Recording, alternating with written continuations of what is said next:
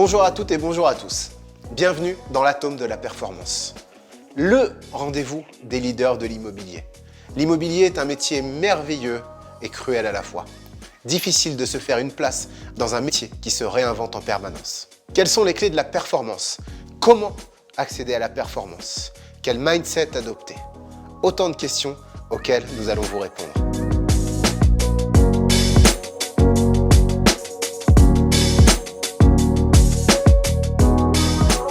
Vous le savez, la réussite, je ne l'envie pas, je m'en inspire.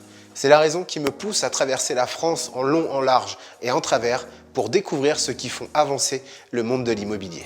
Ils sont quelques-uns en France avec différentes casquettes. Coach, influenceur, conseiller immobilier, à repousser les limites et tenter de décrypter l'atome de la performance.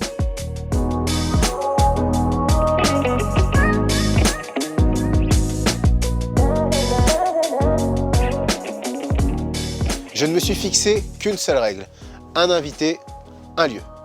Et aujourd'hui, j'ai le plaisir d'être en Haute-Savoie et plus particulièrement à Saint-Georges, proche d'Annecy, avec cette magnifique vue sur le lac. Si la vue est belle, le lieu l'est aussi. Et il nous fallait au moins ça pour rencontrer et recevoir notre invité.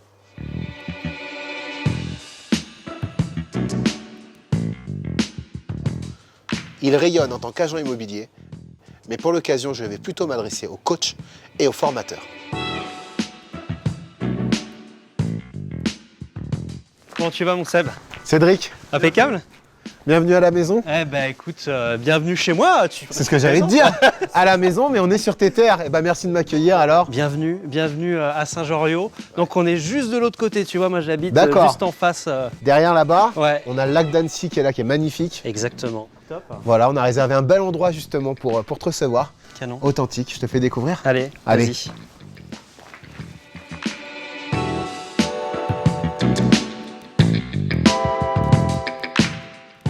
Ah, j'aime ça.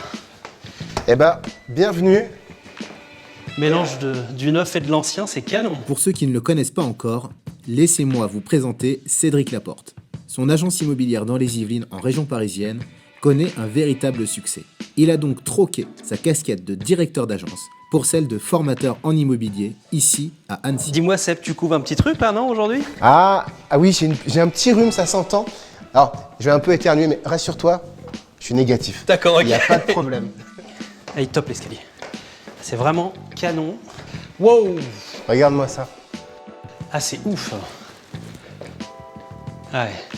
Et la master room.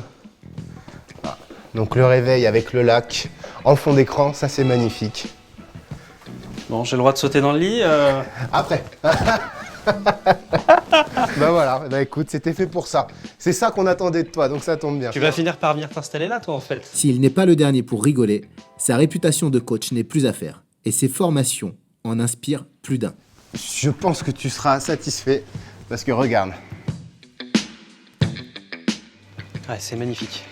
Donc là, on voit pas chez toi, on voit le rocher qui sépare les deux versants. Le roc de Cher, qui est roc la de réserve Cher. naturelle où on va se balader presque tous les week-ends avec ma D'accord. femme et mes enfants. Par contre, Seb, juste un petit détail. Mais, on est venu pourquoi, en fait, pour cette discussion-là? Ben, on est venu pour se relaxer. Ouais. On commence ici et on finit là. Ben, Si regarde. elle est chaude. Il n'y a pas Bah. de raison, hein. Écoute là, 37. Et alors, tu t'imagines, là, la semaine prochaine, normalement, on a la neige qui tombe ici, Ouais. avec la neige autour. Ouais, Franchement, magnifique. je crois que... Ouais. Écoute, si tu veux venir et profiter d'un petit enneigement avec une coupe de champagne, je te donne le contact. Ah, c'est parfait, ça. Avec ta femme et tes enfants, bien sûr. Il y a la place. Il y a la place pour tout le monde. Canon. Bon Cédric, j'ai bien compris que le jacuzzi te plaisait, mais avant ça, il me tarde d'avoir ton point de vue sur ce qu'est l'atome de la performance.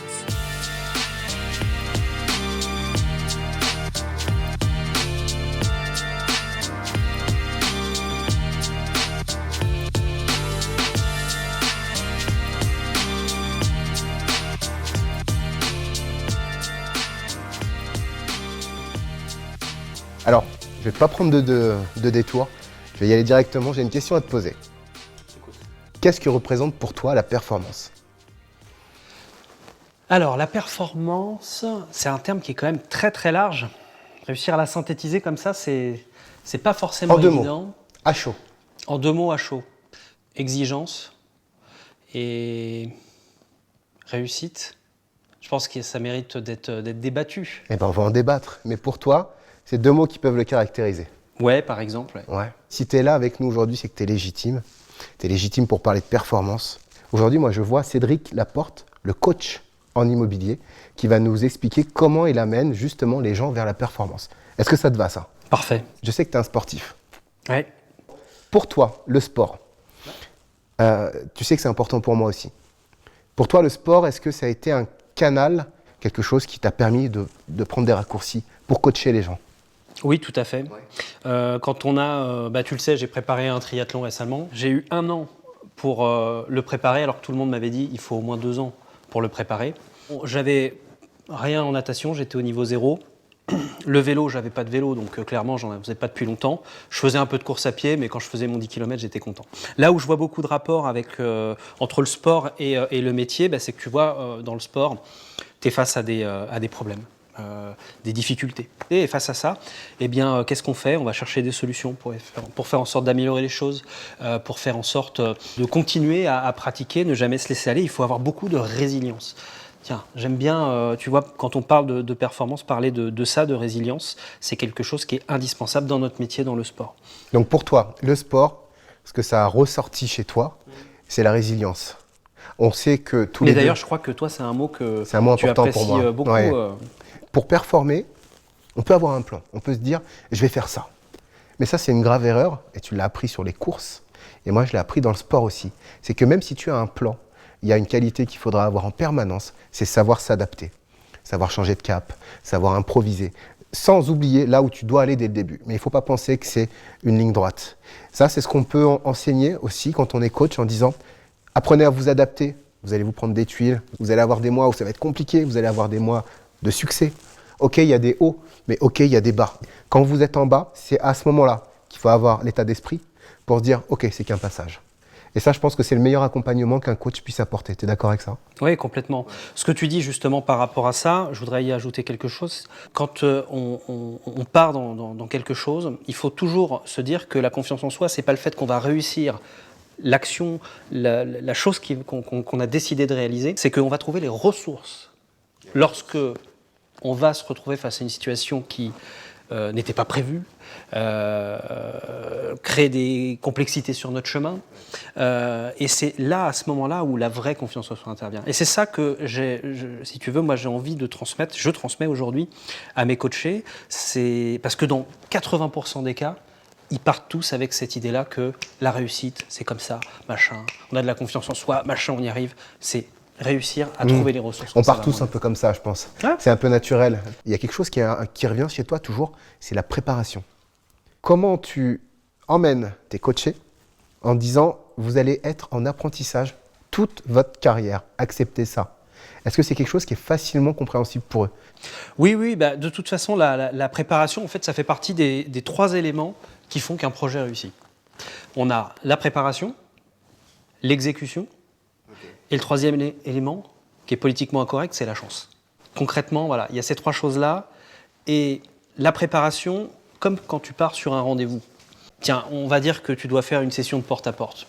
La plupart des conseillers immobiliers qui partent faire du porte-à-porte avec la mauvaise énergie, eh bien, la plupart d'entre eux, ils vont venir me voir en me disant « ouais, machin, c'est trop dur, le porte-à-porte, j'y arrive pas, j'ai pas de résultat ». Et en parallèle, j'ai d'autres coachés au téléphone qui, eux, ils sont dans la bonne énergie et tout ça, ils se préparent bien et ils me disent « bah putain, c'est génial, j'ai rencontré 10 personnes, ça a vachement bien discuté, tout ça ». Et cette préparation, finalement, elle va avoir une incidence sur l'exécution, clairement, parce qu'elle va elle va faire matcher des énergies. Si on n'arrive pas dans une énergie positive, naturellement, on ne peut pas, à mon sens, avoir une bonne exécution.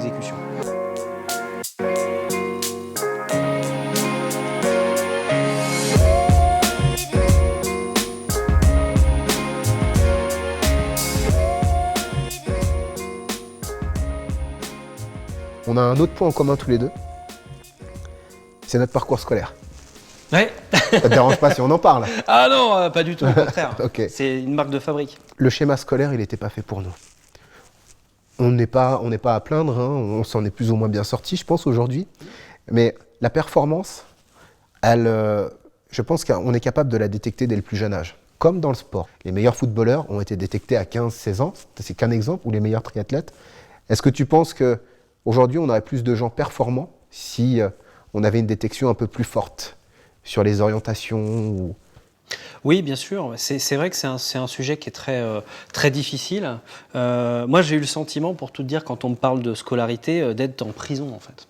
Parce que voilà, tu es là sur ton fauteuil pendant 6-7 heures à faire des choses qui ne te passionnent pas forcément, quoi. Donc, oui, je pense que c'est possible de détecter plutôt les talents à partir du moment où on leur permet de trouver une voie vers une passion, peut-être pas forcément donc faire quelque chose de trop structuré au niveau de l'école et de permettre aux enfants de découvrir différentes choses. Mais oui, je pense que c'est possible, ça doit être possible de faire ça. Il y en a plein des performants. À 20 ans, je me découvre une passion pour l'immobilier, ok ? Ouais. J'apprends. Et puis, j'apprends du développement personnel, j'apprends des méthodes de vente, j'apprends du droit, j'apprends plein de choses, notre métier est complet. Et puis je me dis, ok, bah là, en fait, je peux devenir performant. Je pense que les gens qu'on a aujourd'hui dans nos agences, dans nos équipes ou dans tes programmes, je pense que tout simplement on peut leur dire il n'y a pas d'âge pour être performant. Il n'est jamais trop tard en fait. Est-ce que tu penses toi que pour être performant, il faut passer par la case autodidacte? Ou est-ce que tu penses qu'au contraire, il y a des gens qui sont arrivés ou qui peuvent arriver dans tes programmes de coacher qui sont déjà où tu te dis ok, lui, il a tous les ingrédients de la performance? Non, absolument pas. Non, absolument pas, parce que tu vois, tu me parlais tout à l'heure du Cédric qui a 14 ans, et là je te dirais, t'es quand même con ce petit Cédric. Non mais sérieusement, parce que déjà j'avais différents comportements qui aujourd'hui ne seraient pas possibles en tant qu'entrepreneur. J'étais quelqu'un de jaloux, d'assez possessif, j'acceptais difficilement les remarques des autres quand tu es entrepreneur. Si tu n'acceptes pas les remarques des autres, surtout quand tu as du compliqué. personnel. Exactement. Ça, c'est ce qui m'a fait penser qu'aujourd'hui, t'es pas obligé, voilà, tu peux pas être pré-câblé. Par contre, c'est vrai que je distingue quand même des élèves qui vont réussir. Et voilà, ça se traduit après par les résultats, parce qu'ils ont le bon état d'esprit généralement. Ils se structurent, ils ont un objectif clair, et donc derrière, en plus de ça, il y a une masse de travail. Parce que clairement, on ne peut pas réussir sans travail.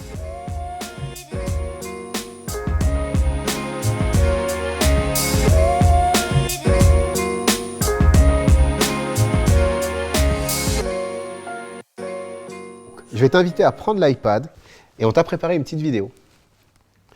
Et j'aimerais que tu puisses la regarder et ensuite nous dire ce que ça t'inspire. Le monde dans l'emploi, l'emploi en France, c'est pas quelque chose de fantastique. Ça peut être dur de trouver un job et que créer son job, c'est la garantie d'en avoir un. Que l'échec en France est quelque chose qui est possible aujourd'hui, qui n'était pas possible il y a 30 ans. 30 ans, vous aviez fondé une société, elle déposait le bilan, vous étiez fini, vous étiez mort. Aujourd'hui, vous pouvez vous planter, recommencer, et on va même trouver dans un certain nombre de cas, et ça arrive en France, que s'être planté une fois, c'est plutôt bien, parce que vous savez exactement les bêtises qu'il ne faut pas faire. Donc on estime aujourd'hui que c'est devenu un atout, et les lois ont été changées pour que le failli ne soit plus la personne horrible qui pouvait exister il y a plusieurs siècles. Super. Ça te parle ? Xavier Niel déjà, pour moi un monstre de l'entrepreneuriat, typiquement un gars qui est parti de très loin. Qu'est-ce que ça t'inspire quand on te dit aujourd'hui on peut échouer ? Ça te rassure toi en tant qu'entrepreneur ? Ah ouais, mais si tu veux, ouais, ça fait déjà quelques années que c'est ancré ça. Et c'est pareil, c'est un message que j'essaye de diffuser, c'est que, je partage complètement ton avis. En fait, l'échec, ça n'est pas un échec. C'est une manière de progresser. Et si vous ne rencontrez pas des échecs, à un moment donné, c'est peut-être parce que vous ne challengez pas. Quelqu'un qui ne se challenge pas, effectivement, il n'a pas d'échec, mais il ne peut pas évoluer. Donc, des échecs, c'est la base de la réussite. Moi, je ne connais pas un seul entrepreneur, vraiment qui est en hyper performance, qui n'a pas planté déjà 2-3 boîtes et qui s'est relevé. Parce qu'il faut se relever, il ne faut pas penser au regard des autres. Je peux être cash avec toi ? Écoute, ouais. Je crois que tu as eu des moments difficiles ces derniers temps. Ouais.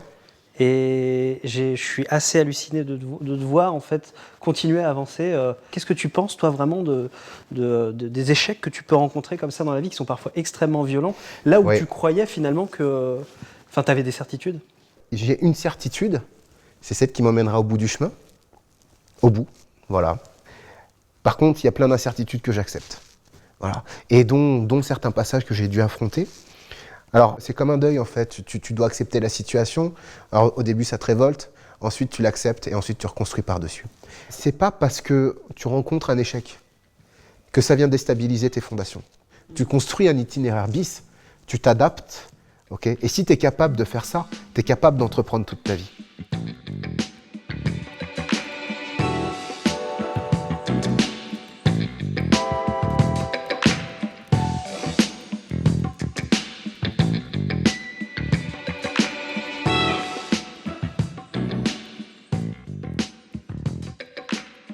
Maintenant, c'est à moi d'être cash avec toi. Vas-y.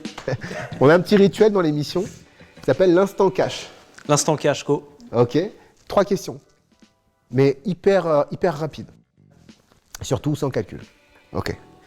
Ton pire souvenir dans l'immobilier? Moi, un échec que j'ai vécu sur un investissement. Tu vois, quand même, je suis conseiller immobilier. Hein. J'ai acheté un bien 10 mètres carrés plus petit que ce qui était annoncé. Et je me suis pris une banane énorme. Et voilà, donc ça, je m'en souviendrai toute ma vie. Et j'ai perdu énormément d'argent. Ton meilleur souvenir dans l'IMO? Là, actuellement, la réussite de mes collaborateurs. Vraiment. Quand je les vois performer, prendre des risques, ça, c'est quelque chose qui est énorme. Voir les autres réussir. Voir les autres réussir. Ah ouais. Ok. Je pense que quand on entreprend, c'est notre plus belle réussite. C'est de savoir s'entourer ensuite et les voir réussir. Ok. Et le meilleur conseil, si là, en face de toi, s'il y a un conseiller ou une conseillère immobilière qui se dit « je rentre dans le métier », le conseil que tu as à lui donner, celui que tu aurais aimé avoir quand tu as commencé. Prends du plaisir dans tout ce que tu fais, prépare-toi bien, prépare toutes tes actions, organise-toi et travaille ton mindset.